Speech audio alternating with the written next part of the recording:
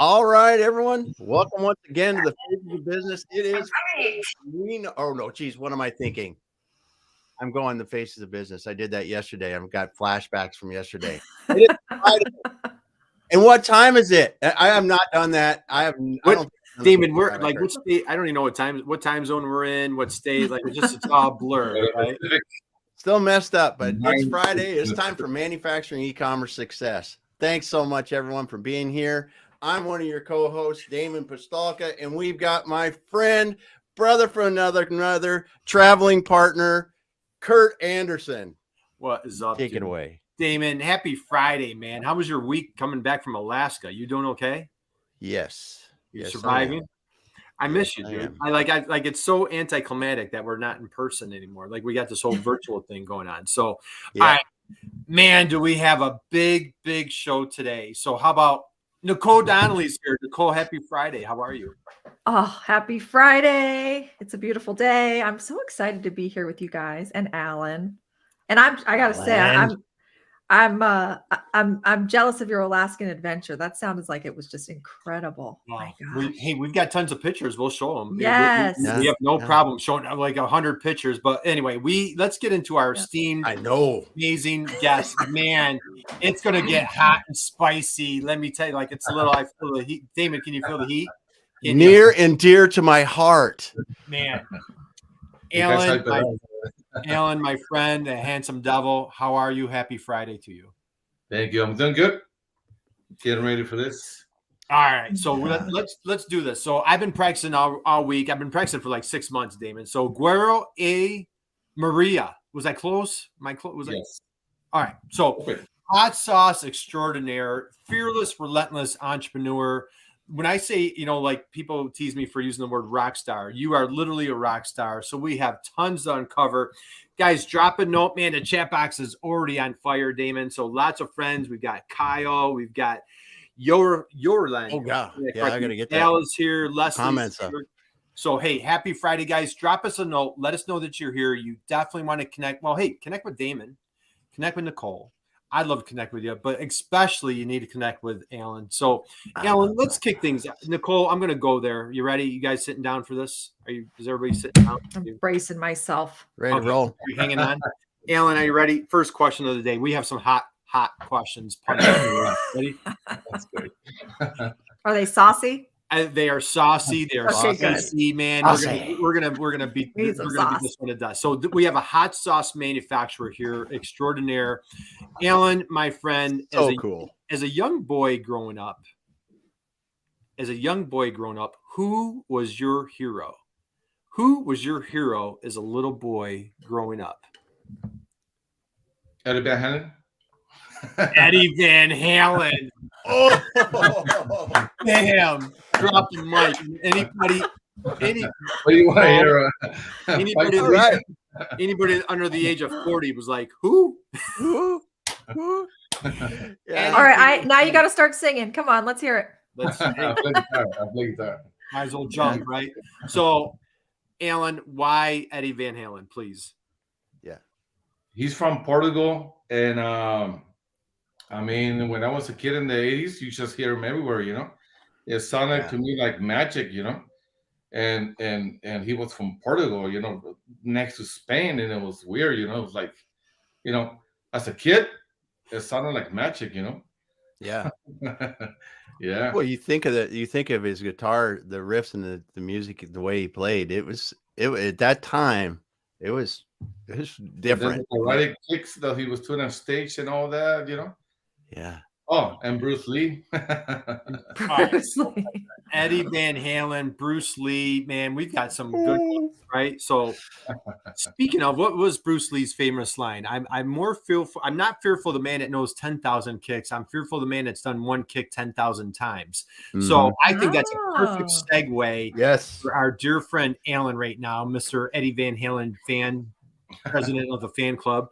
Allen, let's begin. And so you rock star, illustrious career, entrepreneur, converted into a manufacturer. Let's dig in on, I want to start with your journey as an entrepreneur. Let's talk about your entrepreneurial journey. And then I want to dig in, you and Cecilia, your wonderful, amazing wife, you came up with this dream for hot sauce. Let's go there. Just talk about your entrepreneurial journey. So we started and we moved to Quincy in about 2000, and we opened up a Mexican market in Quincy. Mhm. You know, it's a big immigration population, with the agriculture and all that. And we were living in San Diego before that. So in California, to open up a business is kind of hard, it's complicated, expensive, and it was a lot easier in state of Washington. So that was one of the reasons why we moved to Washington in the first place. And yep, we've been here 20 years with the market. We opened up a second location in Wenatchee.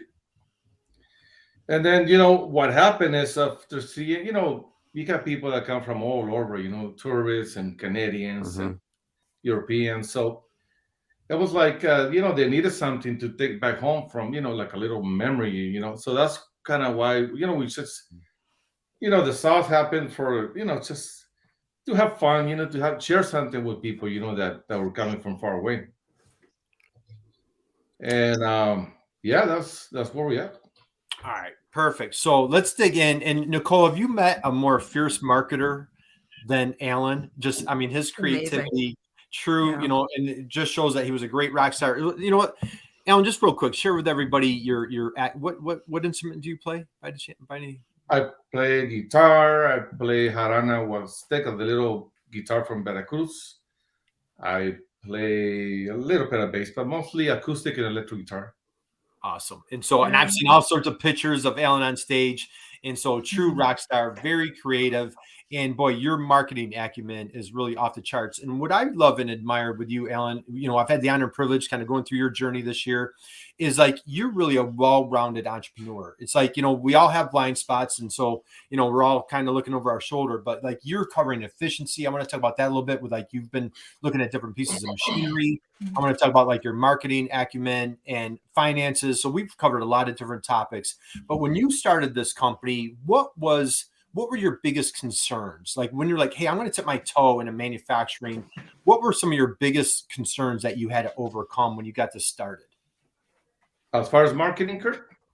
As far just like the business as a whole, like so many people out there have a dream, they have a vision, they, maybe they work for somebody else, or like, to take a product. Damon, we're in Alaska last week. We were with a bunch of dreamers, right? Yeah. When you're an entrepreneur, building products, you're a dreamer. And when you can take a product and truly bring it to life, what were some of the challenges that you had to overcome on the early stages of getting into manufacturing? Well, I wanted something that was real. I don't want to, fabricate this product so they can buy it. I wanted something, when we make our sauce or even our food on the market, is we gotta love it. And if we don't love it, nobody else is gonna love it, And we didn't. I mean, it's gotta be real. If it doesn't resonate with you, I love this. I love it for me. Yeah. I love this. Yeah. I did this because I want to wear it, Seriously, I want to wear it. I don't do it because I want people to buy it, like, oh, I want to. If in fact, I don't want a lot of people to buy it, because I don't want to see it everywhere. I want only a, you know what I mean? If I go to a place and I'm the only one wearing this, then that's what I want, Right. So I want something that's unique and real, that I want something that I love. Right. If I love it, then there's a big chance that other people can love it, But yeah, something real, something that has value, Who cares? I've been in business for 20 years, people are gonna buy crap all the time, I want something that if I wanna create memories with the stuff, I don't want fake stuff, Yeah. I love that. Nicole, what you had the honor and privilege of working with Allen, digging into some marketing. What was your impression of he's talking about his logo on his shirt, he's flying the colors on his mug. What was your impression of working with Allen and just his marketing genius? Well, there's just so much authenticity with everything, with the product, with the branding, with the product itself, you have a very unique process in terms of how you create it, and you very intentionally are true and authentic to what it is that you want to create with that fermentation process. We can talk about how you create it so that you don't have to use these artificial ingredients. You take the time and the care to really, be very, very authentic with those ingredients. And I think one of the things I'll never forget when I remember we were working together, Allen, as you said, we break the rules. And Yes. I just love that. I think it'd be great for you to talk a little bit more about how you're breaking the rules, because I thought that was just so ingenious. You can see in your branding right there. It's just very unique. It stands out. There's kind of like this rebellious, kind of like very individual, authentic undertone to it. So I think that's what I love most.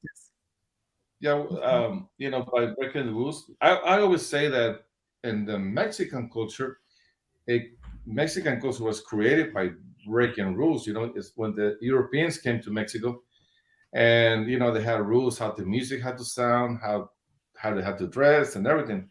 So the indigenous people, and they started saying, "Well, we're gonna do it this way." Every part of the Mexican culture, this is what I believe, has grown because people have broken the rules. So if you look at this comes from the '80s heavy metal bands.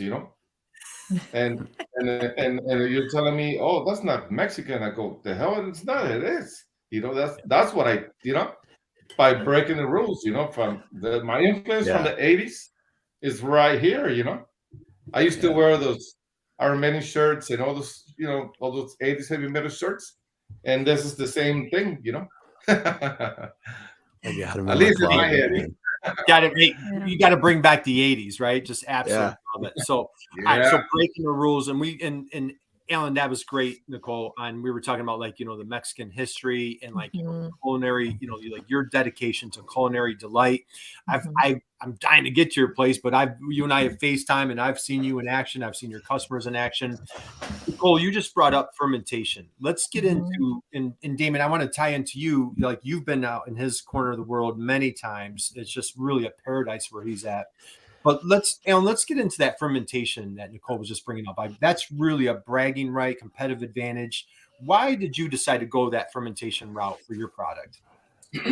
Well, when I started looking at hot sauces, everybody had chemicals and dyes, and then I saw the sauces from Mexico. They have even more chemicals, and then we discovered fermentation by accident. I'll tell the story really quick. So I had a family come from Mexico, and there's a farm really close to here. So anyways, we got peppers from this farm about 50 minutes from here, Becerra Farms. So we got all this habanero pepper. So we had them in the freezer at the market, And then my family says, how come you're not using those peppers? I go, they're too hot. Nobody wants them. He goes, you're not thinking.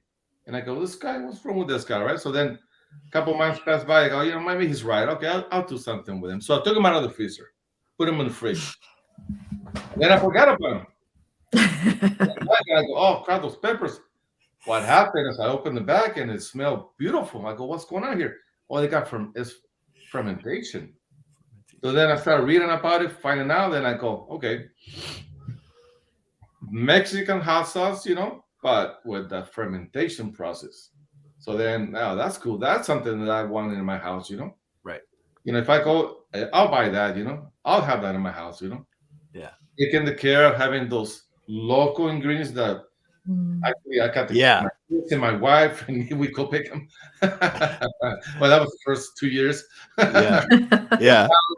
It's not working out.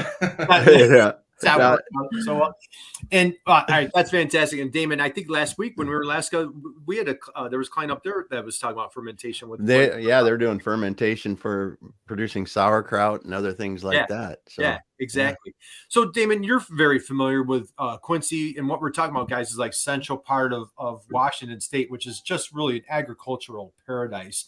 Damon, what's been your experience out in Quincy? Well, I mean, where you're at there, the mix of sunshine, water, and the soil conditions produce a growing area like very few. And actually, if you research Central Washington and look at the amount of sun, I forget what it is, energy they receive in the summertime, it's really more like Central Kansas. Right. So it's a very unique place to grow. And I mean, just from my experience growing up in the Midwest and seeing corn in the Dakotas and Nebraska, right? Yeah. They can grow corn with irrigation in the Central Washington like nobody else. But the specialty products that they can grow in there are really incredible. And I didn't realize until researching this and researching your company, Allen, about how many peppers are grown and different kinds of peppers are grown in Central Washington. And it's incredible because, like you said, you have the product right there and are making your product from the freshest ingredients possible. Mm-hmm. So cool. Yeah, those habanero peppers, they actually are from the Yucatan Peninsula in Mexico, way down there with close to, in the Caribbean. Right. Yeah. But the summers over here are super hot. Yeah. They actually grow and they grow really spicy and really hot over here. Awesome. Yeah. Are they spicier here than they are in Yucatan where they're originally from? I think they're the same. Interesting. I think they're the same. I mean, the sun here is intense, Yeah. Yeah. Huh. So, all right. So let's dig into on the marketing side. Okay. And Nicole, again, like, just off the charts, marketing, creative, social media, you're going after it on Instagram. And when you go, and Allen, you go to, you and your wife go to different shows, festivals, and like the response, the pictures, the videos of people trying your product is just, they're raving fans as soon as they taste it. But just talk a little bit about like how rewarding it's been, just the feedback that you've had from clients and how you're tying that in with your social media strategy. It's fun. Why? Because it's people can't believe that. What happens is that when they see the brand, they see, okay, this guy, I mean, it's like they fall in love with it, Yeah. They just fall in love with it, and that's pretty cool, and what the people are telling us that they like is what we're doing, I mean, it's rewarding, we're kind of doing we're having fun every time. It's like we're making fans, almost, it's just fun. And this is something that Andrew Deutsch says many times. He says, you're creating voracious advocates for your brand because you've got great products that they love. And it's so cool to hear that's happening. So cool. So let's dig into like products. You have different flavors, different products. Let's dig deep, man. And again, like, you don't need to be modest, Allen. Like, talk about the process and how like you started with one, then you created multiple. Again, like, so what we'd love to do for somebody out there is like, man, I had this dream. I have an idea. I have something innovative that I'd like to bring to life. Like you're an inspiration to that person. Like, walk us through the process of like how you started the first one, bottling it, labeling it. Like, let's go through that process. I think that the most important thing is just to get it going. It's not gonna be perfect, and like John Lennon, when he recorded a song, that song wasn't the way he pictured it, And sometimes, this is not the idea that I have for the brand is not there yet, But it's more important to get it out there and get it rolling and get the feedback and get out there. Because if you just talk about it and I'm going to do this and I'm going to, I had a lot of friends that say that, oh, I'm going to do this and I'm going to do that and a business plan. And I go, yeah, but you're not doing it, It's Yeah. What I said, you know what? I don't care. We don't have, I've been in food for 20 years, So it's like, I'm not afraid of food, I love food, But the way we started with the bottle is just, we just got a little 12 bottles. We make the sauce. We bottle it ourselves. My daughter did a little drawing. We put it on the bottle. I just wanted to have physically something in my hand, here it is, Mm-hmm. and then keep going and going and going until you got something that people love, or that moves, that works, But I think that it's just go for it, just do it. Go for it. Yeah, not be talking about it and be matching in. The minute you get the idea in your head, you gotta fire. You just gotta go into it, and then you'll see. And then you'll see. That is such great marketing. Speed. How quickly can you move and iterate based on what the market is telling you? Well, Kurt, going back to the marketing, Kurt. People say, well, how are you marketing this and how are you marketing that? I go, I'm doing this in English and in Spanish with my iPad. I'm at the market and I got a customer or something. I take a picture and I do a post on the spot, and then I got the house, and then I'm doing another post over here or whatever on the spot at the time that it happens. Right. Yeah. And he's doing spot English and Spanish for both businesses. Yeah, and you're doing it right at so it's like what was that? And you're doing it right at the festivals and like when you're at shows and like right in front of your clients. And so, Nicole, we just had a great conversation yesterday where we were talking about like direct to consumer and B2B e-commerce, shed a little light. Cause and Allen, you're doing a little bit of both, but Nicole, from your perspective, what are you seeing as far as like working with folks on direct to consumer compared to B2B? Like, what are you kind of hearing in the streets or conversation that we've been having? Yeah, we had a great conversation with a dear partner of ours, an e-commerce firm, actually in your area, actually based in Portland yesterday. And I think what's happening is there's just been this big shift or massive push on the consumer side for people to be selling through marketplaces like Amazon and that kind of a thing. And so a lot of these direct to consumer like .com solutions, what we heard from our conversation is that there's less of a push that way and more of a push for folks to be selling through these marketplaces because they can just leverage the massive search engines of Amazon and all these places. But in B2B, there very, very much is still huge opportunity from an e-commerce perspective because they're later to the game in terms of getting that started, and especially if you have niche products, it's a great play. So yeah. And I think with a product like this, what's important is like Damon, Nicole, we talk a lot about community. And I feel like, Allen, that's a superpower of yours. Just again, with that magnetic personality, with your contagious enthusiasm and with your marketing. But just talk a little bit about like how you've built up a nice community from a social standpoint to get direct to consumer and on a B2B side. But just talk a little bit about how you've been parlaying social media to build up your community of fans. It happens by accident. It happens by naturally. It happens. Like I wake up one day and what in the hell am I gonna post today? What am I gonna do today? And then I get an email. I get people tagging and then okay, that's what we're gonna do today. You kind of have the thing is it kind of just happens.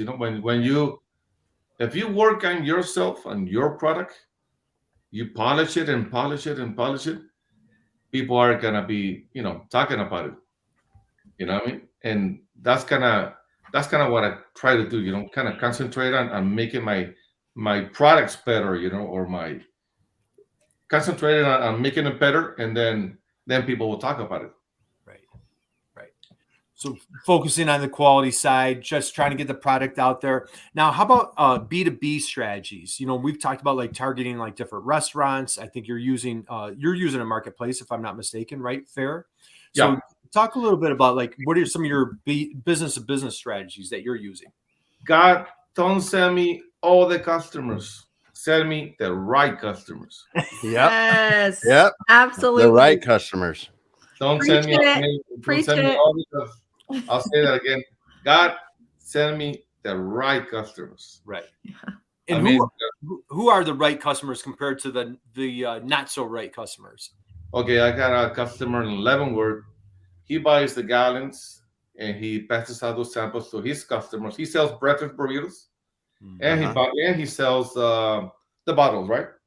So he's promoting my hot sauce, and he's selling it, It's and he's beautiful. picking it up. I mean, and the Mhm. guy is super nice, and his restaurant is really kind of mama and papa kind of type of restaurant, So that's a good customer. Another guy, he's at a farm, and he buys a ton of sauce from us, and he tells me, why would I buy if a Mexican sauce hot sauce? Why would I buy it from somebody else? But that's he promotes my hot sauce, and there's other people that I try to promote this and that, and it just doesn't click, and then I go, what am I doing wrong? I just don't get it. I just what's going on, and then I go, well, maybe they're in a different stage, I just gotta focus on the right customers. Yes. A lot of them. I love that too, because then your customers, they're doing the selling for you. That is like community marketing. That is like the phase of marketing right now. That is what everyone should be trying to figure out and double down on is that community marketing. That's awesome. And I think that the right customers, there's a whole lot of them, more than you can possibly fulfill orders with, Right customers, I don't need them. I need the right customers for me, Right. And there's so many of them. The people that break the rules, right? So we're talking like the Portland hipster or like the B2B market, the restaurant that really, kind of resonates with, we were kidding around about like the guy driving his Harley is just loving your product, a little bit of a rebel flair.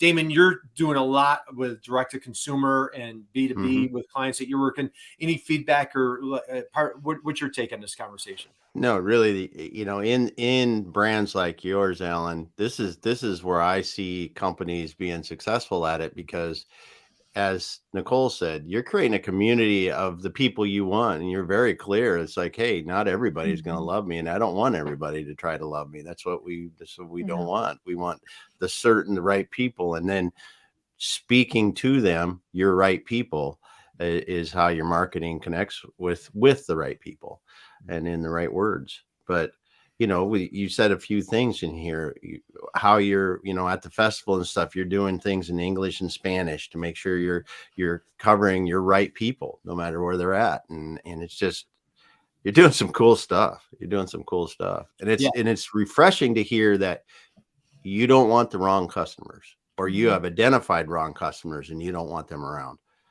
That's really good. Yeah, and it's like who's gonna buy this? Well, the right people, then they're out there, and they're gonna love you, and you have nothing to worry about. All you gotta do is focus on your quality, and it's gonna align with somebody, Yeah. So Alan, let's go there for a minute. So talk about like what was the like learning curve, the trial and error. How do you discover the right customers, wrong customers, and then when you do find the right customers, how do you try to perpetuate that as an entrepreneur? How do you double down and like reel those in? So again, how do you find the right ones, and then when you do find them, how do you double down on those? That's a good question, Kurt. How do you find the right customers? Well, I guess you just gotta stand your ground, what it is you do and what you believe in, This is what we do. We don't add chemicals. If you don't belong to the Mexican culture and you're from a different culture, we value that. I share stuff, important events for other cultures, Indonesian, Hawaiian, whatever. I share it because if I don't like prejudice against my race, I also gotta be open to other races. I like to share, I guess what I'm saying is you gotta stand up for what you believe in, and that way, people are gonna see that, and then you're kind of aligned with the people, I mean, I could easily just go with a co-packer, add chemicals, and just throw it out there, And there's a bunch of people that do that, Yeah. I don't buy that crap. I don't want an imitation. And I'm not gonna do it, So yeah. Oh, I've gotten into arguments with families. Why are you doing it like that? Why are you fermenting? I go, that's what I love, because that flavor is the flavor that I like. That's what I'm gonna have in my kitchen, and that's it. And there's other companies that are adding chemicals and mass producing, and they're selling way more than us. But I always say that David always beats Goliath. We're coming for you. Oh, Well, and it's interesting, Alan, you talk about the chemicals and you talk about the other things, because Kurt, we interviewed last Friday on the show. We interviewed Mountain Dog, the founder of Mountain Dog, and they are making single ingredient dog treats because of the same thing. They were looking through dog treats for high performance dogs, and they have all these chemicals and all these added and fillers and things in it, and they went out and created a product that was a single ingredient product that didn't have any chemicals and fillers and the things like you're talking about in your products, and people value that. They value the time and the effort that you put into making your products. Right. So, hey, and let's give it, I know we're across the hour, so if you're just joining us, we're here with our dear friend Alan, founder, brainchild, genius of Guero Y Maria. Am I saying that correctly? Been practicing that. We've got, Refalo is here today. Stefan drops a note. Don't send me just customers, send me the right customers. Social listening. We've got MD here today. We've got VJ here. We've got all sorts of good friends. Shihab is here. David is here. We've got some other guys. Jason's here. So, guys, thank you for joining us here today.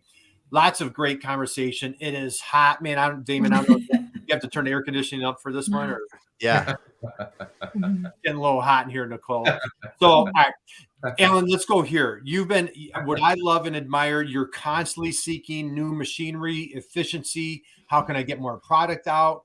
Talk a little bit, again, this is going to the manufacturer, this is going to the dreamer, that's going to the could be, would be, should be entrepreneur that's out there that, like, man, I want to pursue a dream.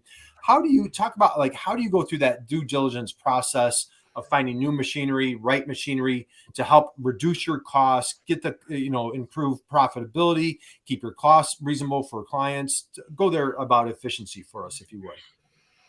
Well, let me see here. Man, you just gotta keep going. The thing is that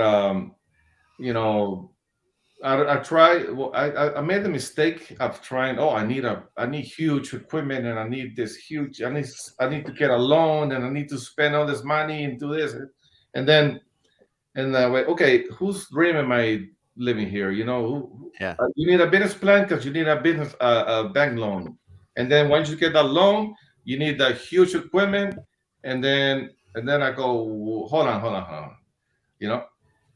Who said that I need to do all of that? If I buy a little tiny machine, if I'm selling to 40 stores or 100 stores, okay, who cares if you're selling 20 cases whatever.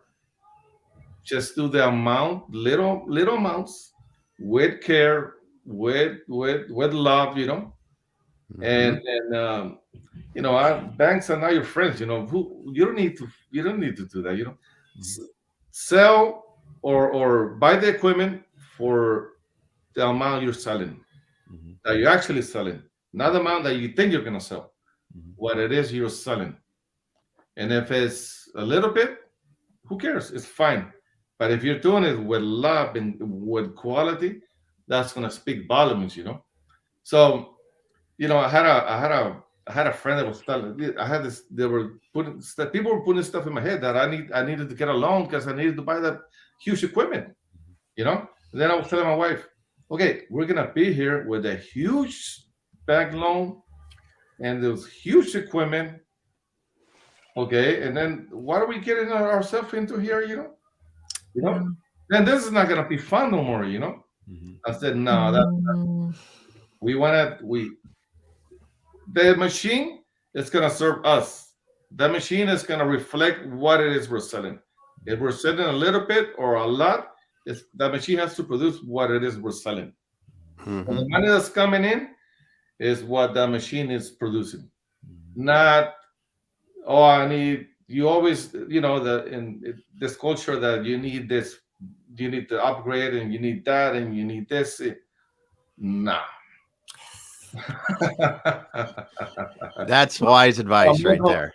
I'm not doing it. I'm not getting a bank loan. Bootstrap it. Love it. That's great advice, because how many times have you seen yourself, Alan, other people around you that have went out and bought huge investments in equipment and things, and then you're left trying to figure out how I get volume rather than letting the volume dictate the changes in equipment as you go, or the changes in your business as you go. And it's really wise in equipment, because you can easily fall into the trap of, from an equipment manufacturer standpoint, well, this is the equipment you need. You just need this piece of equipment because it is 150,000. Yeah. And then I'm like, oh, and then if you don't buy it, you're not a real company. Yeah. Interesting. Oh, and go ahead, David. No. Well, and the difference is a lot of times is some people think, an equipment manufacturer thinks, well, if you have to run it this long, that's too long. You should only run it this much. And for you as a business owner, it's like, well, we just run it a little bit longer. Maybe we have to put the labels on ourselves. Maybe we put the caps on ourselves. Maybe we do some things that the equipment doesn't, because we're not at the volume where we need the fancy that does all this stuff. And it's great. Your strategy and approach is great on this. Yeah. And the other thing is, if the minute we start not looking at the quality, what's coming out, because we gotta pay that, we gotta make the payment, so we need to sell this much, and oh man, that's a huge trap. This happened a couple of weeks ago. I go, you know what? No, then this is not gonna be fun, and if it's not fun, then it's going over. I love that so much. I mean, I think as entrepreneurs, we all hear a lot of people giving us advice all the time. People, there's no shortage. Oh, this is how I did it. This is how you should do it. I mean, all the podcasts, everything, but nobody knows your business like you do. Right. Nobody knows the in and out like you do. And like what you just said, your values were, you want a quality product. You want to stay true to that. For you to be truly authentic to your values as an entrepreneur, it needs to stay quality. And you knew that in order for you to do that, buying this equipment you would not stay true to that. So I love that. I think that's great advice, is like, as entrepreneurs, get all the advice you can. Don't obviously seek out advice where you can, but at the end of the day, you've got to stay true to what it is that your values are and your brand ethos is. And as long as you're true to that, you can sleep at night and know that you're delivering the product that you want to be delivering, and that your customers, the ones that are your soulmates, want. Yeah. And you said something there, Alan, that I think a lot of people, when they do spend that money, get caught in the middle of. Product companies, is when you don't spend that money, you can concentrate on quality. But if you're the entrepreneur that has spent that money and you need to sell so much, the choice between quality and selling that product gets much different. Yeah. You gotta make that payment, right? Yeah, you gotta make a sacrifice. And then the other thing is, a lot of people that have businesses it's a lot of pride, a lot of ego, that they gotta seriously, that's true. A lot of ego, Alan, really? Seriously? Yeah. I know you're out there. So hey, Jason. Yeah, Jason dropped. This is great. So many people getting the whiz bang pops and don't realize they're getting into deeper and deeper. Usually stepping over $1 to pick up a dime. Boy, Jason, you talk to my mom, because that is my story right there. But check it out. Okay.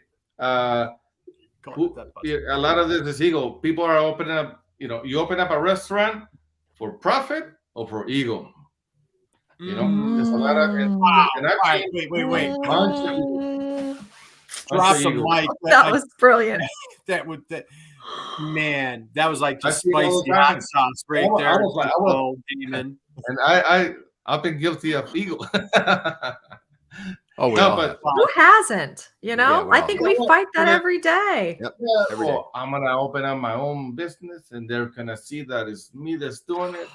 And then I'm gonna get the bank loan, and they're gonna see that I got the machine, and then I can post it on Instagram, and and then what happened with the business, And so, who cares what people think about you? Who cares if you don't have a bank loan? Who cares if you have a brand that you love and you're sharing it with people? There's love. I can honestly say that there's love here. Honestly say that there's love in this, and the people that wear it, I mean, when they have it, hey, let's take a picture, and it has value. So if yes, that's how you grow, one person at a time, but with value. And if you're just, that, I mean, this ego thing is just, it's a trap. I was telling my wife, you know what I noticed? If we keep thinking this the way a lot of these people are making us think, pretty soon we're gonna owe money. We're gonna be stuck in this situation that we're gonna have to do something or put a product out there so we can make those payments, and then this is gonna go down. That's what I see. That's what I see, and I go, no, we're not. No, we're not. We're only gonna produce what people are buying, the amounts that they're buying. If it's a little bit or it's a lot, it's okay. If God is gonna send us those sales when we're ready, when it's ready, when it's gonna happen, it's gonna happen. But we're not gonna be stuck here in a trap, owing a bunch of money, hating this world, being, we're not. And that's how I break the rules. Okay. Awesome. It's awesome. Man, that was just that. Allen, we have like these moments of silence on our program when somebody comes on and just drops just a killer comment. Like, we just need to savor that hot, juicy comment right there. How about this? I like that. Profit or ego, validation seeking can be a trap. Dude, that was like, Damon, that might be the most profound advice that we've ever had on this program. Thank you for putting that into words. That was phenomenal. Okay. I want to be mindful of everybody's time. We're going to start winding down. Allen, you and I met through Impact Washington. Impact Washington is the MEP, Manufacturing Extension Partnership of the great state of Washington. Just share a little bit on, when you start out that business, it's your child, right? It takes a village to raise a child. It takes a village to raise a business. How about shout out to any resources? Who kind of helped you get things going? Impact Washington. So again, for that new entrepreneur out there, what resources what advice would you give of who to reach out to or how to help get how you got your party started? Well, Miguel Moreno at Impact Washington, he's from Spain. He's really cool. He helped me a lot. When I first started, I had this flavor and that flavor in my grandma's hot sauce and my mom's and my aunt's and a bunch of flavors, when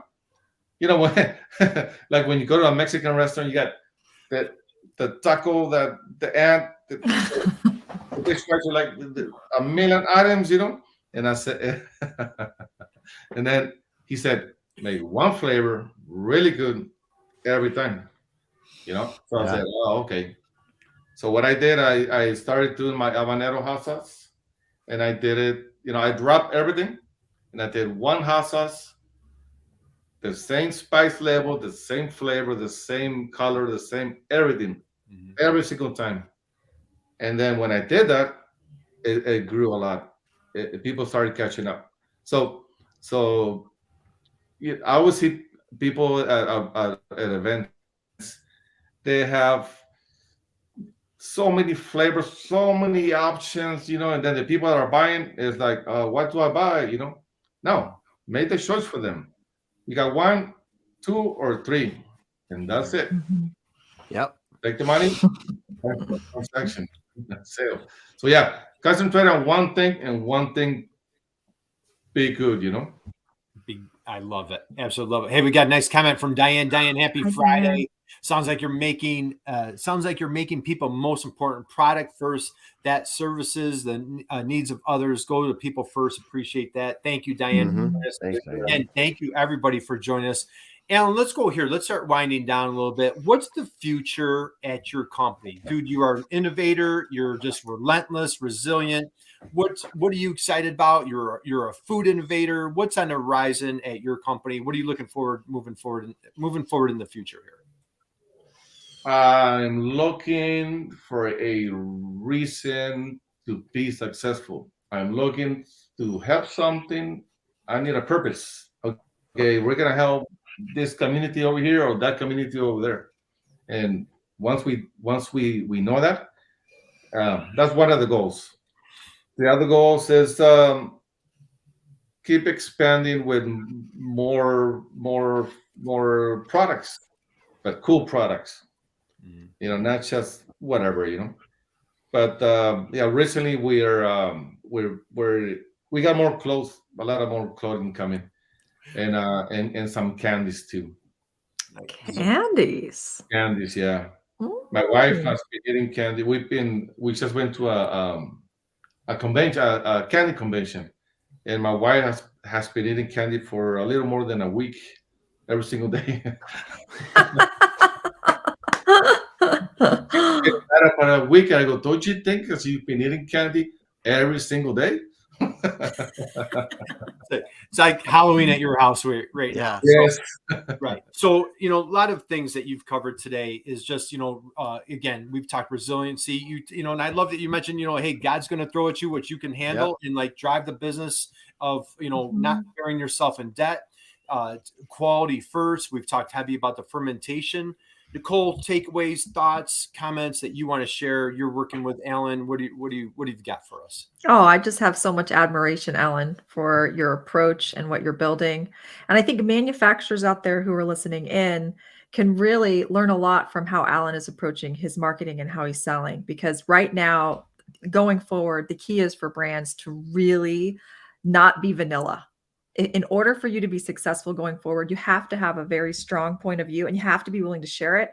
And your executive leadership team, they need to be out there sharing it like Alan's doing right here today. Like that is the future of success for manufacturers if they want to grow going forward. So I think you're just living and breathing that. You've made it very clear what you stand for, authentic ingredients, small, building your community organically and really knowing who your customer is and letting them, like have a point of view. And I think when you have a strong point of view like that, the right people will find you. And that is really going to be the key to, because it's just, the market is just everywhere in manufacturing, wherever you go, it's so saturated. The only way you can stand out is really by, having a strong point of view and getting your executive leadership out there to share it. So well done, Alan. Well done. Thank you. Man, drop the mic, Nicole. That was powerful. So, hey, Alan, how about AI? Should manufacturers be using AI? Any opinion there on what's your thoughts on AI? Okay, here's the thing with AI. If you don't use it, I will.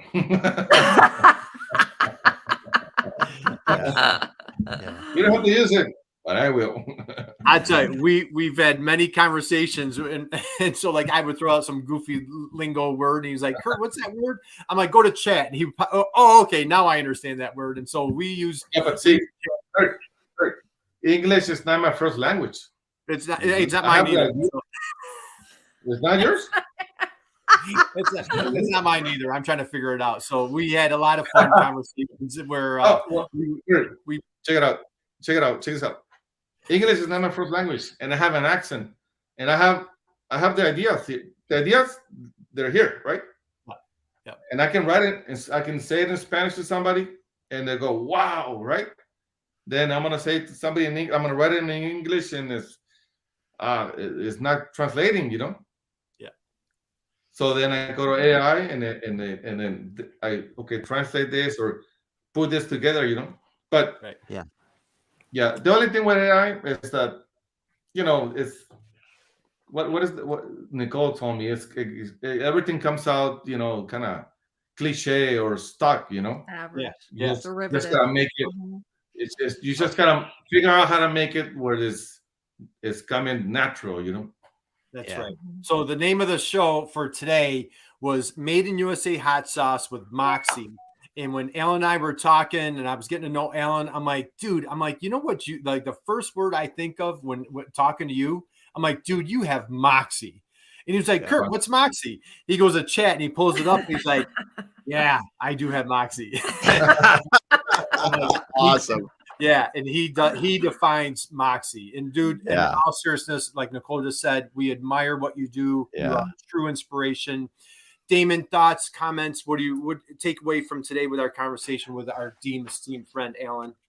Well, I just love talking to people like yourself, Alan, and learning learning from you, learning how you're building your business, because you are creating a great product that you said you would use, you have in your home, you would love having in your home, and that is the basis for your products. Because I think that's, and you talked about it, we're getting the bank loan and the choice between making a payment and selling the right product. I mean, it's just, I just love the way that you're moving your vision forward for your products, all the way down to the point that, you've got 3 hot sauces on your website, because that's, you want to be really good at what you do and focus down in that. We talked about that, Kurt, last week. Niche down till it hurts. You got your 3 sauces that are on your online store, and those are the best thing that you can make. And I think it's so cool.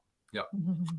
Alan, I've got one juicy, hot, saucy question for you before we wrap up. So folks can find you. I put your website in the chat. So guys, you absolutely want to connect with Alan here on LinkedIn. You want to check out his website. Go buy some great hot sauce. If you want to fire up the party, the barbecue, 4th of July, go check out some hot sauce with Alan. Alan, any parting thoughts before I ask you my last question of the day? No. What you got? What you got?